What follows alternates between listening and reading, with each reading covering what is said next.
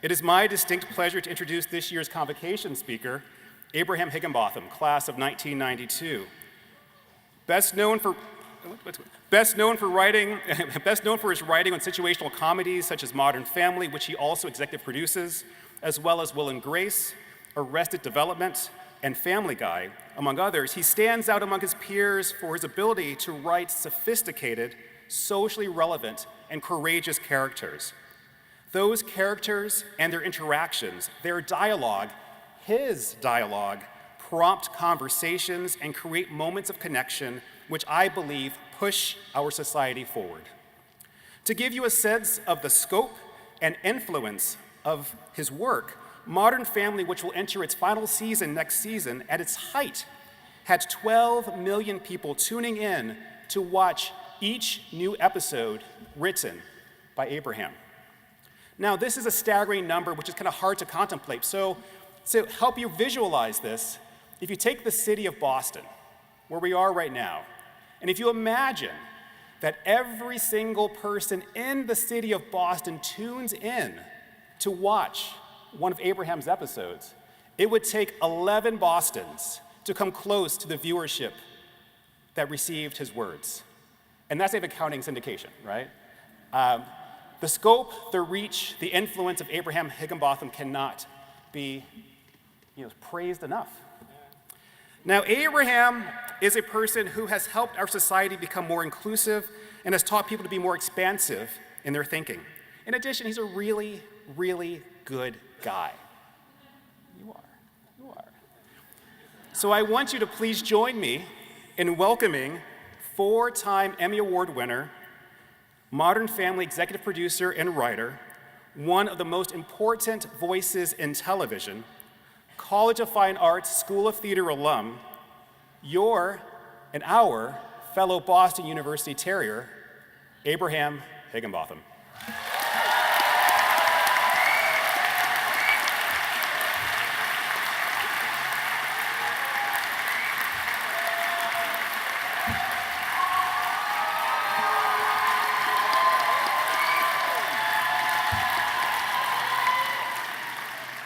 That's so much better than the applause when he first said my name.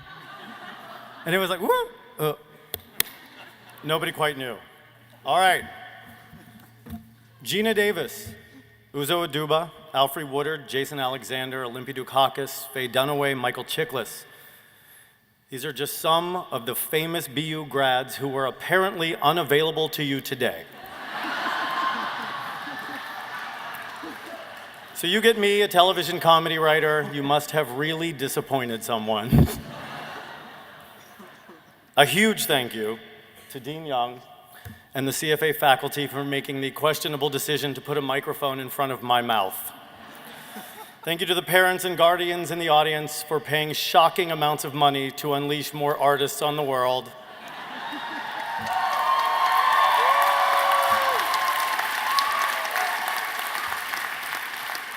And of course, thank you to the students for simply being here, wide-eyed, hopeful, and beautiful, reminding me how young and full of life I no longer am.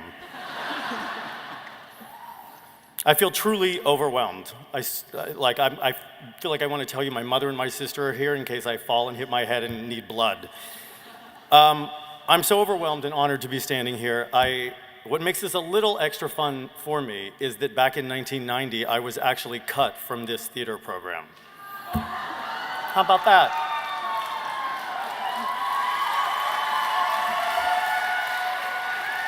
I think it was the ears. They just were like, never. But I want to offer up a special thank you to Judith Chafee, my movement teacher and my acting teacher, who is right there. She was instrumental and emotional and lovely about getting me back into this program and making sure that I finish, and I asked her to be here today so that I could do this after 30 years.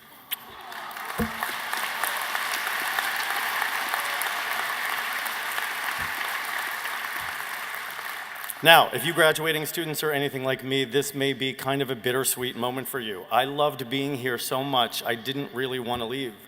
I made lifelong friends, loved my classes, let's be honest, had minimal responsibility, and an insane amount of fun. But I'll tell you this, and hopefully you can take it with you. When I am feeling so stressed by my adulthood, I literally use my acting training to sense memory myself back to a great class in CFA or a mostly legal party in Alston, or just a walk in the snow in Brookline. And I want to tell you that, like, after many, many years, the good feelings, they still come back, and they calm me. And for brief moments here and there, I get to feel again how significant and indelible my time here was. And what you graduates have done is very special, not just because you've achieved what I know to be a great education from a highly regarded art school, but because you have shown yourselves to be people who care about what you create and how you create it. You've shown talent and determination and commitment and passion, and most importantly, you now know all of that is in you. So in leaner times, when you are feeling challenged beyond what you think you can handle, you can remind yourselves of this mountain that you climbed all the way to the top, and you'll know that you can climb another one and another one after that. But enough about you guys. When Dean Young asked me to speak today, I almost instantly said yes. After all, I was an acting major. I don't hate when people give me all of their attention. However, right after saying yes, I was consumed with many fears, all of which I'm going to share with you today. My first fear was a simple one. What if I suck? I have 3 children under the age of 5. Even non-parents know people with 3 children under the age of 5 don't get a lot of time to just write convocation addresses.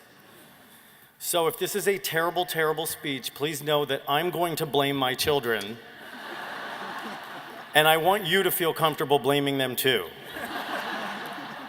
You lost the time as well. Although I am comforted by the realization that I have zero recollection of who gave this speech at my graduation. So if this goes south, with any luck, you'll forget me within the next 30 years. My second fear was, what could I possibly have to offer these people?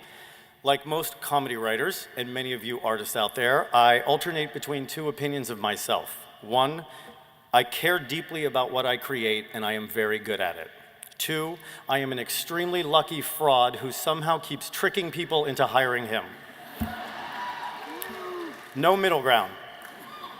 So after days of thinking I had either everything to offer you or nothing at all, I was reading A Single Man by Christopher Isherwood, and I came upon a passage that helped me understand my responsibility here today.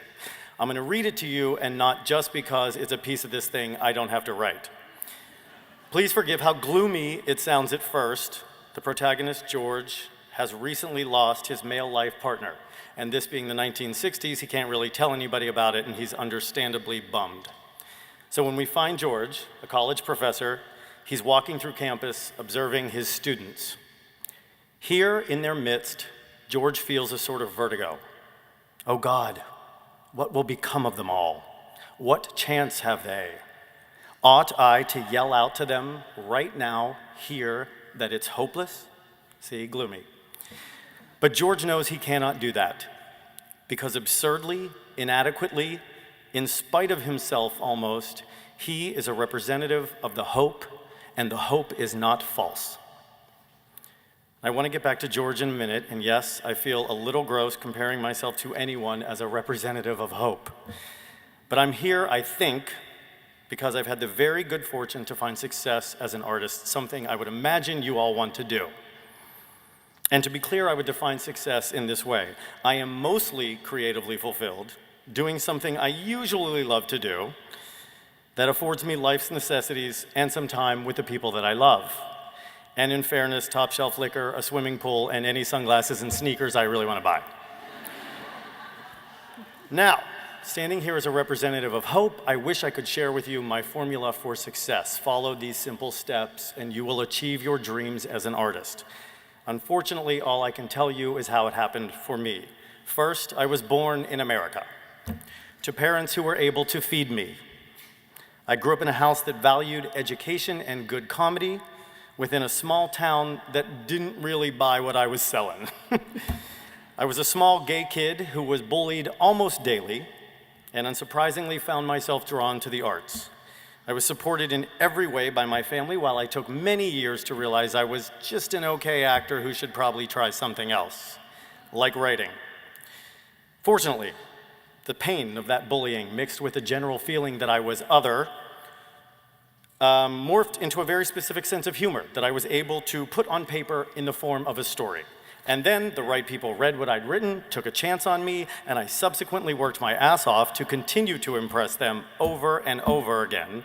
And here I am 16 years later, still having to work harder and harder and learn more and impress those same people again and again. And some of them are not very smart. So as you probably guessed, you're gonna have to find your own way. But please find your way. Please make art. Even if it's not how you make your living, continue to make art. Do it because presumably it's what you love to do, and when you do what you love, you occasionally brush up against happiness. Also, do it because the world needs it. It's obvious, but worth repeating. People do need to hear a song that inspires them. They need to stare at a painting or a piece of sculpture that moves them. They need to see the brand new play or film you're in, or the 8 zillionth production of Hedda Gabler. I don't, but people do. But most importantly, please make art because shit is getting weird, okay?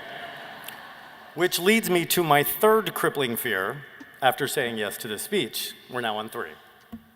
We're living in a time when any word you speak, any joke you make or story you tell, any painting or statue, piece of music, or offhand tweet can invite such raging vitriol if someone gets offended by it, okay? And so much of what we say and do is recorded and shared, like this speech, trying not to see cameras. So whatever we create is very likely to reach someone who will be offended, because it seems like we've created, all of us, an environment where a lot of people are offended a lot of the time, and privacy may be a thing of the past.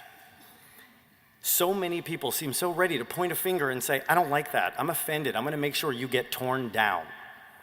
This is terrifying to me because I'm pretty sure I've been offending people since I could string 2 words together. Now granted, some awful people are being torn down for being definitely awful, and to them we say, karma's a boomerang, you pigs. And unfortunately, some awful people are not being torn down for being definitely awful, but that's too depressing for a celebration like today. Anyway, it feels like now that there's an infinite amount of information at our fingertips 24 hours a day, we're all a little on edge, right? And a lot of the time, we absolutely should be. But I'm a little concerned, getting back to today, about the effect this sort of attack and destroy climate is having on the creative community. And I'm gonna share a story from the Modern Family Writers Room, and probably get in trouble in LA, to illustrate what I'm talking about. We wrote a Halloween episode last year, and a line was pitched for Cam, our dramatic, hypersensitive political centrist, part urban gay, part farm boy football coach. Cam was looking out the window at trick-or-treaters, and a writer offered that Cam might say, wow, 2 white Black Panthers, that's progress. Then nervously, right?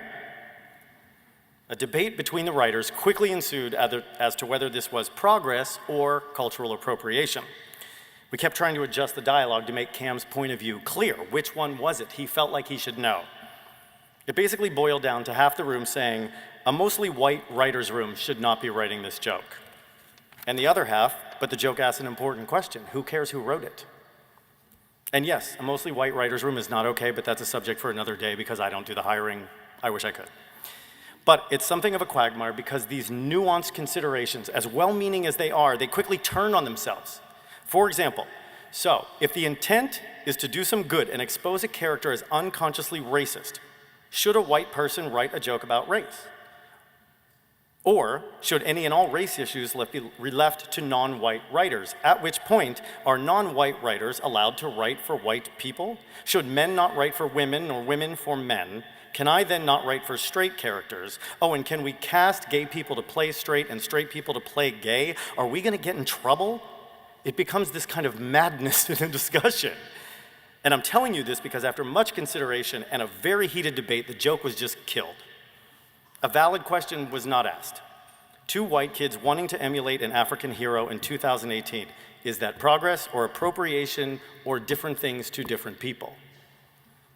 I'll show my hand now, and maybe get in trouble, when I say, I love these white kids as Black Panther kinds of jokes. I firmly believe they're one of the things that separates an irrelevant, hacky comedy from a relevant, lasting one. As a reminder, I'm gay. Although I should say I'm gay in the way an ex-president is always a president. You still have to call me gay, even though with 3 toddlers in a 16-year relationship, I no longer partake in the responsibilities or benefits of, say, an active gay person. My point is, give it a minute, you know what I mean?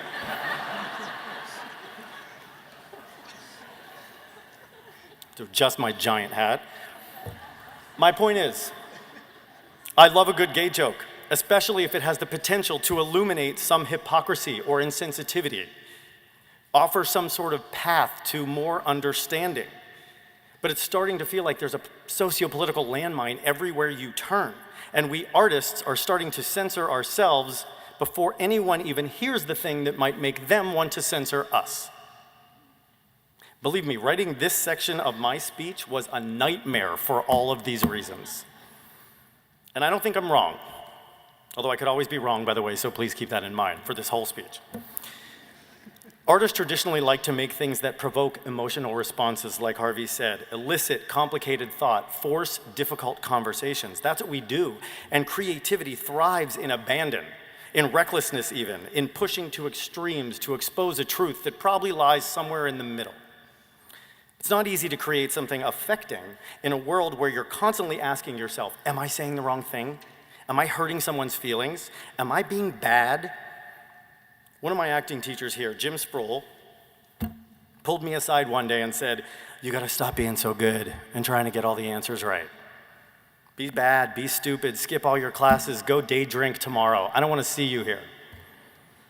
Which was great advice that I'm going to pass on to you. I mean, day drinking isn't a terrific idea as a habit, certainly. But big picture, you have to be allowed to be bad and wrong, to push boundaries and inspire controversy, to discover who you are as an artist, and to feel out what progress the world is ready for. Of course, we have to be sensitive to other people's pain and suffering, current and historical. Of course we do. And you students, your generation, God love you, seem extra sensitive to these kinds of things, which is why I bring it up. While being sensitive, we can't let other people's fears incite our own before we even get started. When you leave here, please be brave but smart, provocative but precise, inappropriate even, but with intent. And maybe get off social media, which is just pictures of food, political fights with relatives, and all of us blindly handing over our personal information to nefarious people around the world. My fourth fear, we're back there, was that one of my veneers would break off and I'd have a gross shaved down yellow tooth for all the photos. My fifth fear was that my kids would get sick, get me sick, and I'd be standing here trying not to cough. My sixth fear was that one of you students would just stand up and say, shut up, old man, you don't get it, which is very possible. My seventh fear was that I'd insult my former voice and speech teachers by failing to get through this without, oh my God, I'm gonna beat you up. Who is that? I'm kidding, obviously. Who am I gonna beat up? My seventh fear was that I would insult my voice and speech teachers by failing to get through this without losing my voice because I wasn't breathing properly. My eighth was just my basic fear of travel. My ninth fear was my general fear of crowds. And my 10th fear was that I'd be up here talking and it would all just be a wash of words that left you with nothing. So, I'm gonna give you a to-do list, a simple guide for being an artist in the world. You've probably heard a lot of these, but I'm going to repeat them anyway. Never define yourself solely by your art. You are not just that. That's a roller coaster you don't want to ride. If you're not being creative for a time, just remind yourself of everything else you are. Someone's child, parent, sibling, friend, a person who enjoys sports or crosswords or going outside. Go do one of the other things that makes you happy and leave your art behind for a little bit. Be flexible. I did not set out to be a writer. I wanted to be a movie star. Clearly, that path did not open for me. Pay attention to the path you're on. If there's too much resistance, jump to another path. there's no problem with that.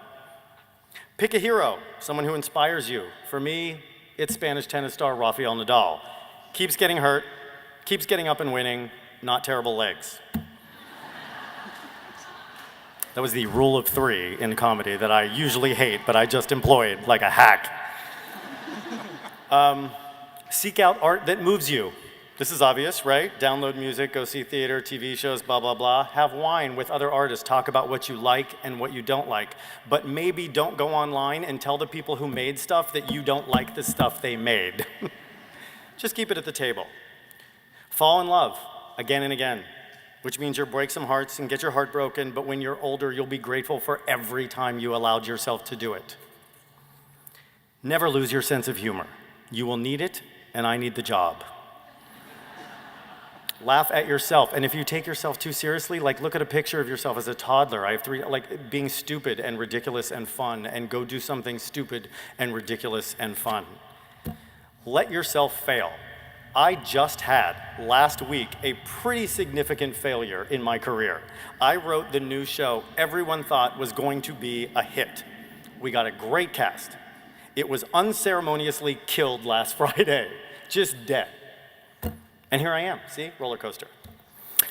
Also, when you fail, don't beat yourself up for it. Failure is just something we've constructed. It's not natural. When a lion goes to hunt an antelope for dinner and fails to catch it, does he lie down and cry, drink a bunch of beer, watch old TV, and hook up with someone he doesn't like? No. He chills for a second, takes a nap, watches and licks himself, waits for another antelope to run by like an idiot, and then gets up and chases that one, knowing he has to be a little faster this time. Here's a cheesy one, especially here. Be you. How about that? Tell your story. Your real story, not the one you share on dates to make people think you're the most fascinating person in the world. Let yourself be seen.